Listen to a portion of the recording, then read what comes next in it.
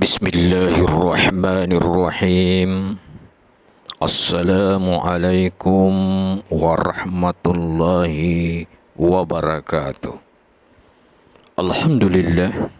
Alhamdulillahi rabbil alamin. Wabihi nasta'inu wa ala umuri dunya waddin. Wassalatu wassalamu ala ashrafil anbiya'i wal mursalin wa ala alihi wa sahbihi rasulillahi ajma'in, amma ba'd. Bersyukur kita kembali kepada Allah Subhanahu wa taala yang tiada henti-hentinya.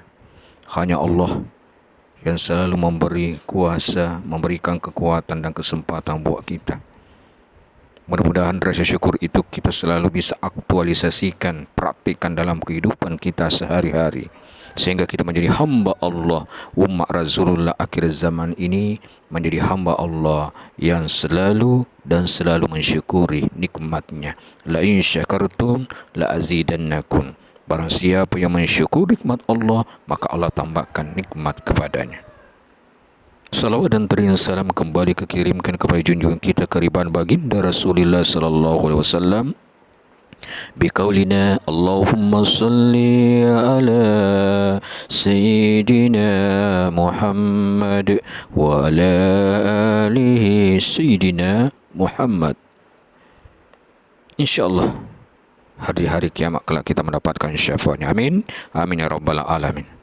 Saudaraku yang insyaAllah dirahmati Allah Subhanahu wa taala, pada pertemuan kita kali ini kita akan membicarakan sesuatu hal yang sangat penting buat kehidupan kita. Dengan tema kita, hidup adalah pilihan. Apakah yang diinginkan oleh kita semua di dalam hidup ini? Bagi seorang muslim, maka jawaban yang paling ideal yang menjadi pilihannya adalah fid dunya hasanah wa fil akhirati hasanah, yang berarti mengharapkan kebahagiaan di dunia dan akhiratnya. Lalu bagaimana caranya? Hal yang pertama adalah membuat pilihan dalam hidup. Kalau kita memilih dua kebaikan di atas, maka bersiap-siaplah dengan segala macam ujian dan cobaan yang akan dilaluinya. Dua pilihan ini tidak akan terlepas dan akan terikat semakin erat apabila mampu menjalani tiga perkara yang Allah ciptakan pada setiap manusia di dunia ini. Sabda Rasulullah sallallahu alaihi wasallam mengenai kebahagiaan manusia di dunia akan terasa apabila ada empat hal yang terjadi pada dirinya, yaitu istri yang solehah, rumah yang lapang, kendaraan yang nyaman, dan lingkungan yang baik. Tiga hal yang terakhir semuanya menyangkut masalah materi, menandakan bahawa dengan dukungan materi pula lah nilai ibadah bisa dirasakan dapat menjadi khusyuk. Di samping pada faktor yang pertama, yaitu istri yang solehah. Itu hal yang pertama. Hal yang kedua adalah berlomba-lomba mencari pahala dan meninggalkan maksiat. Marilah pada saat ini kita tanamkan dalam jiwa untuk berlomba-lomba berbuat kebajikan. Fastabiqul khairat, sekecil apapun dan dengan segala kemampuan yang ada pada diri kita. Jauhkanlah dalam kamus kehidupan ini kata-kata dan perbuatan maksiat yang akan membuat kita, menjerumuskan kita ke dalam dosa yang besar dan siksaan yang abadi. Jadikan diri kita menjadi orang yang zuhud terhadap dunia. Manfaatkan untuk semata-mata demi kebahagiaan, kebaikan, keselamatan, dan mengharapkan ridha Allah Subhanahu wa taala, sehingga apa-apa yang kita perjuangkan tidak menjadi sia-sia. Bekal di akhirat adalah ketika kita hidup selalu zuhud kepada dunia, sehingga pertanggungjawaban kita pun akan lebih baik dan tidak akan mendapat kesulitan. Dengan membiasakan hidup sederhana dan cukup akan membuat kita tidak akan ada lagi dipusingkan oleh ketakutan akan kehilangan ataupun kekurangan. Allah lebih menyukai orang-orang yang sederhana dalam hidupnya dan pandai dalam memanfaatkan sisa waktunya untuk kebaikan daripada orang-orang yang berlebih-lebihan dalam harta duniawi tetapi tidak memanfaat sedikit pun.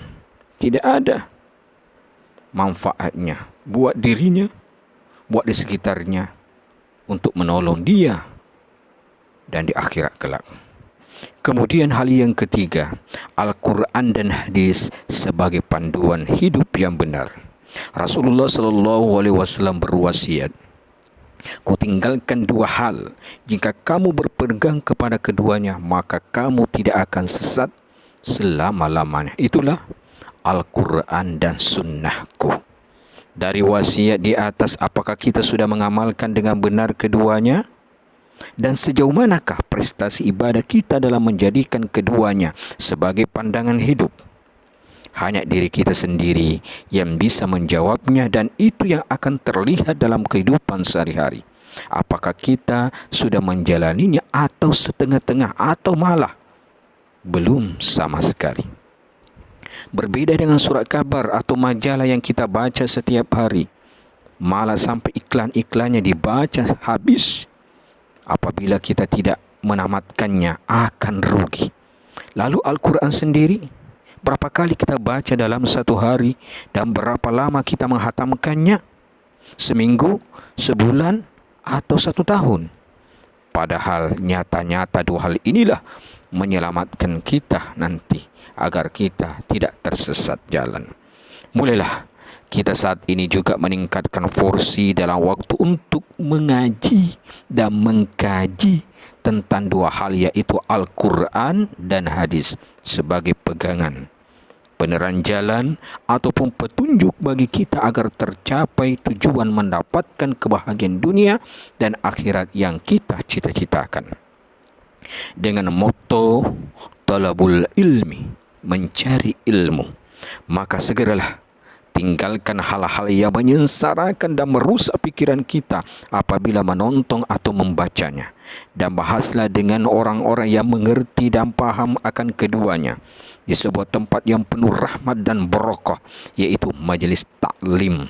InsyaAllah segala keinginan atau cita-cita akan terlaksana apabila kita semua memegang menjalankan kedua wasiat Rasulullah SAW tersebut. Hadirin yang insya-Allah dirahmati Allah Subhanahu wa taala. Mudah-mudahan dengan selalu bagaimana kita berupaya dengan sedini mungkin. Hal yang pertama tadi adalah bagaimana kita membuat pilihan hidup kita dalam hidup yang lebih baik. Kedua, berlomba-lomba mencari pahala dan meninggalkan maksiat. Dan hal yang ketiga atau hal yang terakhir adalah kembali kepada Al-Quran dan hadis sebagai panduan hidup yang benar.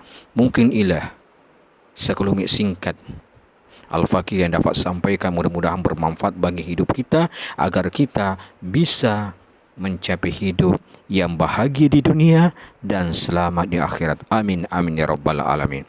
Billahi bisabilillah haq, wallahu muwaffiq ila aqwamit thariq. Tsumma assalam, wassalamu alaikum warahmatullahi wabarakatuh.